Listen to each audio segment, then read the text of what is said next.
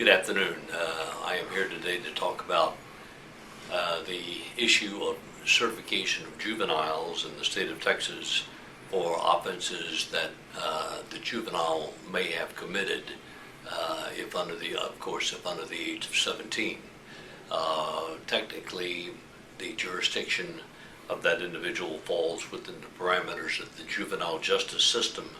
However, if the state determines that because of certain circumstantial factors that the individual should be prosecuted as an adult, the state will file a petition for removal, discretionary removal from the juvenile system into the adult system. This process is known as certification.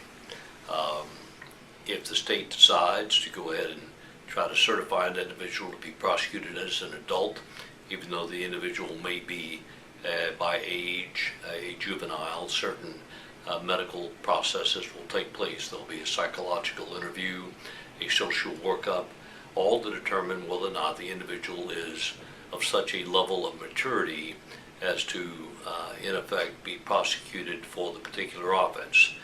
It is normal that heinous offenses, that is, more serious offenses, are the gravamen of the certification process. Frequently, the public will demand that something so drastic as an act of death caused by the juvenile, the public will demand that juvenile be treated as an adult and be subjected to the same penalty ranges for that offense as an adult would be.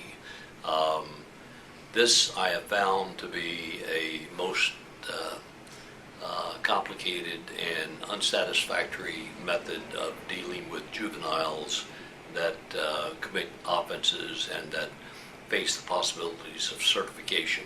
Certainly the maturity level of a juvenile, regardless of the type of offense that individual participates in, is quite a bit different than the maturity level of an adult.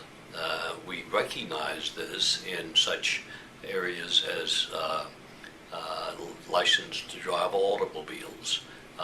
You have to be a certain age to obtain a driver's license. You have to be a certain age to go into a bar.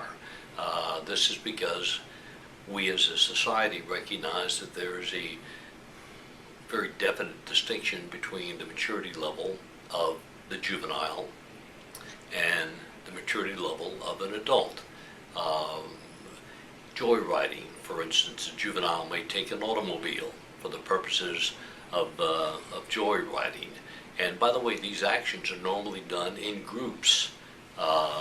Regularly, do you have a juvenile, absent a degree of mental illness, for instance, that commits an offense without the encouragement, assistance of other individuals?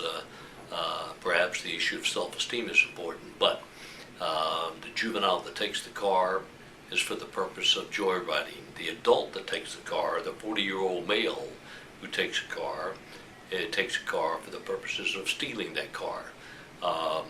Yet, in certain instances, the juvenile is treated much the same as the adult.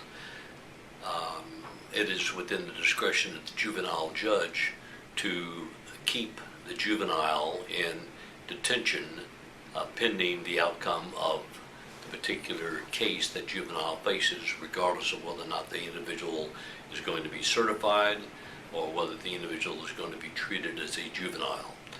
Juveniles can't get a bond. Adults can.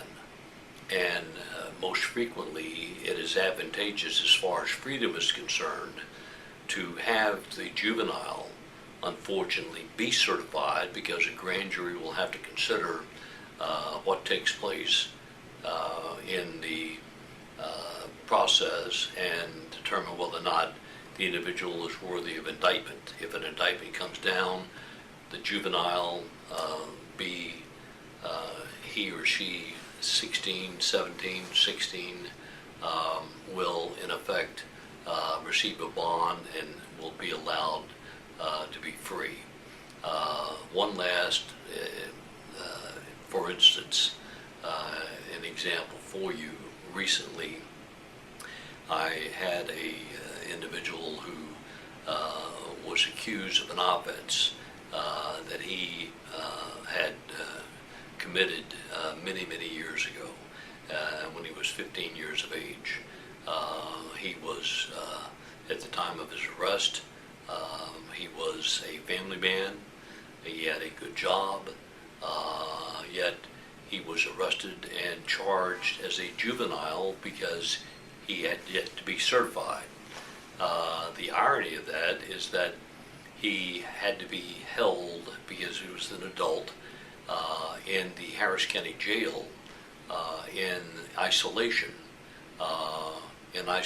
Because he was legally a juvenile at the time prior to certification, but he was obviously an adult male, so he could not be housed in the juvenile detention facility.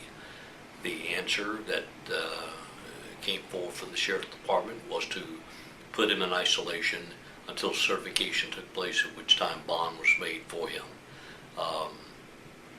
If you have a child who is facing charges, serious charges, or minor offenses, please contact the offices of Parliament McWilliams at 713-224-3967. Our address is 440 Louisiana, Suite 200, and we will be glad to consider your case and be of whatever assistance we can be to you and your family.